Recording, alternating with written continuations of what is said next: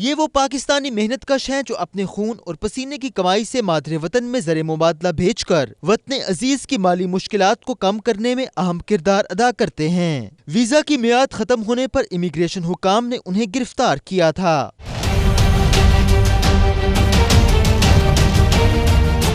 عدالتوں نے انہیں 2 سے 3 ماہ کی قید کی سزا سنائی تھی، جن کی مدت کافی دنوں پہلے ہی ختم ہو چکی ہے۔ ملائیشین حکام ان قیدیوں کو ڈیپورٹ کر کے پاکستان بھیجنے کے لیے تیار ہیں، مگر بین الاقوامی قوانین کے مطابق انہیں صرف براہ راست پروازوں کے ذریعے ہی بھیجا جا سکتا ہے۔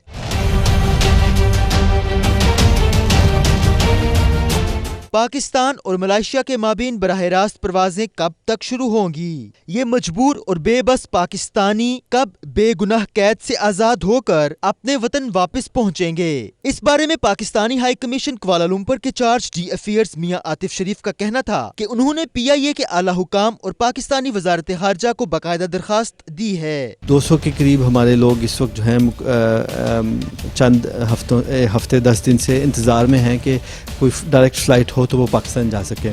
اس سلسلے میں ہم نے PIA کے مینیجر کو بھی بولا ہے، ان سے بھی ریکویسٹ کی ہے کہ وہ PIA کی ہر اتھارٹی سے حکام بالا سے ایک اسپیشل پلین کا اسپیشل فلائٹ کا ریکویسٹ کریں جو کہ ان مسافروں کو پاکستان لے کے جا سکے۔ ملائیشیا میں مقیم پاکستانی کاروباری شخصیات، محنت کشوں اور طالب علموں نے بھی وزیراعظم پاکستان عمران خان سے گزارش کی ہے کہ جتنی جلد ممکن ہو سکے PIA کی پروازیں بحال کی جائیں۔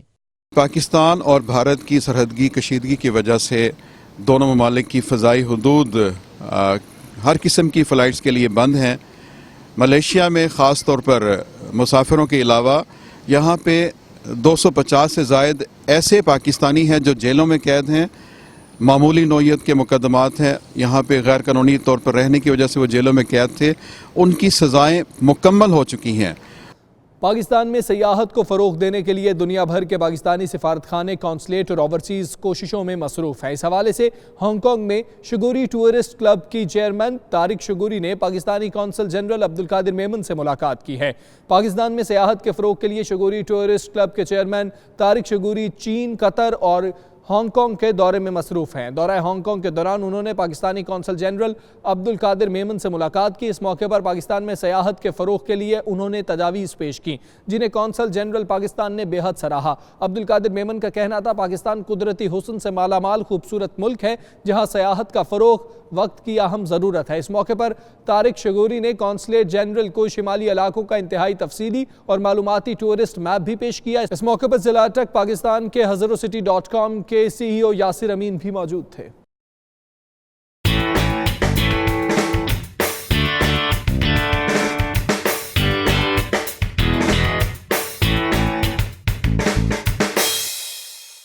فٹ بال کے گھر اسپین میں کرکٹ تیزی سے مقبول ہو رہی ہے۔ پاکستانی نوجوانوں کے ساتھ ساتھ پاکستانی بچیاں بھی اس کھیل میں خوب دلچسپی دکھا رہی ہیں۔ تفصیلات شاہد احمد شاہد کی رپورٹ میں۔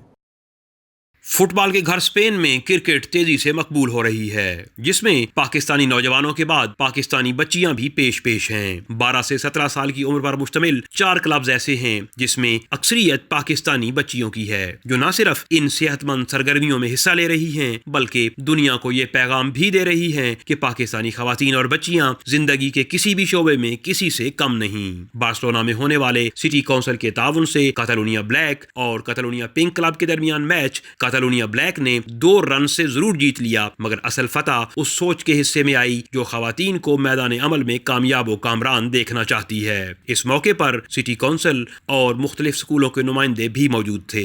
سب سے بڑھ کر یہ کہ consul general of Pakistan Imran Ali Chaudhry بھی ان ٹیموں کی حوصلہ افزائی کے لیے نہ صرف وہاں موجود تھے بلکہ بے پناہ خوشی کا اظہار بھی کرتے رہے۔ بہت ہی خوشی ہوئی، شاید میں نے یہ لیگ فائنل دیکھا ہے کرکٹ کا، جس میں زیادہ تر پاکستانی بچیاں کھیلی ہیں، امپائرنگ بھی وہ کر رہی ہیں۔ یہاں کے جو لیگ کے کوچ ہیں مختلف سکولز کے وہ بھی پاکستانی ہیں، اور پاکستانی بچوں کو کرکٹ دیکھ کے مجھے جتنے بھی فنکشنز ہیں اس سے زیادہ آج خوشی ہوئی ہے، کیونکہ پاکستان کی ویمنز کرکٹ ٹیم بھی شاندار ہے، اور مجھے بڑا اچھا لگا کہ یہاں کی کمیونٹی بھی اب اس بات کو ریکگنائز کرتے ہیں کہ ہماری بچیوں کو کرکٹ کھیلنی چاہیے، کمپیٹیٹیو کرکٹ، اور بڑی کمپیٹیٹیو اور اچھی کرکٹ تھی۔ The cricket Pakistani girls is very good. Pakistan Zindabad, viva Barcelona. مجھے بڑا اچھا لگا پاکستانی لڑکیوں کو بارسلونا میں کرکٹ کھیلتے ہوئے دیکھ کے. میرا بھی دل چاہتا ہے جب میں بڑی ہوں اور میں بھی کھیلوں اور کرکٹ. پاکستان زندہ باد. بہت مشکل میچ تھا آج اور بہت ٹینشن میں تھے سب, تو ہمیں لگا ہم ہاریں گے کیونکہ ہمارے پوائنٹس بہت تھوڑے تھے, تو پھر بھی ہم لوگ جیت گئے اور بہت اچھا لگا. ہم چاہتے ہیں کہ اور بھی لڑکیاں آئیں, لیکن اور بھی لڑکیاں آ کے پاکستانی یا انڈیا آ کے سیکھیں اور ہم آگے ایسے اپنے ملک کا نام روشن کریں اور بھی اچھا کھیلیں. السلام علیکم, میں ترندا دیا کی کیپٹن ہوں ٹیم کی کرکٹ کی, اور آج ہمارا میچ ہوا ہے روال کی ٹیم کے ساتھ اور روال جیت گیا لیکن ہم سیکنڈ نمبر پہ آئے ہیں. ہمیں بہت خوشی ہے, صرف 2 رن سے ہارے ہیں. ہماری 4 ٹیمیں تھی اسکول کی, بہت اچھا لگا کہ وہ آج آئی, اچھی گیم بھی کی ہے. یہ بھی سٹارٹنگ ہے, دوسرا سال ہے, میرا پہلا سال ہے ان کے ساتھ, میں ٹرینر ہوں ان کا, تو میرا یہی ٹرائی ہوتی ہے کہ یہ اچھی کھیلیں اور اپنا پاکستان کا نام کے لیے بہت اچھا ہے. ہمارے پاس اور بھی بہت اسکول ہیں, میں بھی ادھر بہت زیادہ اسکولوں میں ابھی ساتھ کام بھی کر رہا ہوں. امید ہے کہ انشاءاللہ پاکستان کا نام ہم ادھر بھی کرکٹ میں روشن کریں. آخر میں دونوں ٹیموں کی کھلاڑیوں کو میڈلز, جبکہ جیتنے والی ٹیم اور رنرز اپ ٹیم کو ٹرافیز دی گئیں.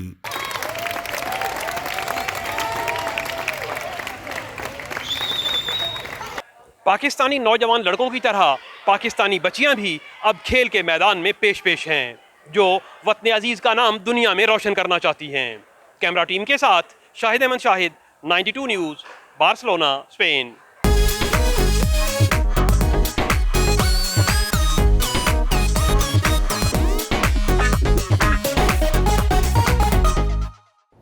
ایشین نیاد برطانوی گلوکارہ چیری پٹ گیریل کے گانے صحرا نے متحدہ عرب امارات میں بھی دھوم مچا دی. دبئی میں نمائندہ 92 نیوز سید مدثر خوشنود سے گفتگو میں انہوں نے اپنے نئے گانے کی مقبولیت پر خوشی کا اظہار کیا. ان کا مزید کیا کہنا تھا, آپ بھی سنیے. So I'm in Dubai. I'm releasing my next song on Friday, and that was shot in Dubai in the Maram Desert. And the name of the song is Sahara, and it's a really beautiful song. Shot in the desert, and it's showing the magic of Dubai and the beauty of Dubai. And I hope that you will all enjoy the song. UK Bulletin سے اب تک کے لیے اتنا ہی. دیکھتے رہیے Now TT News UK.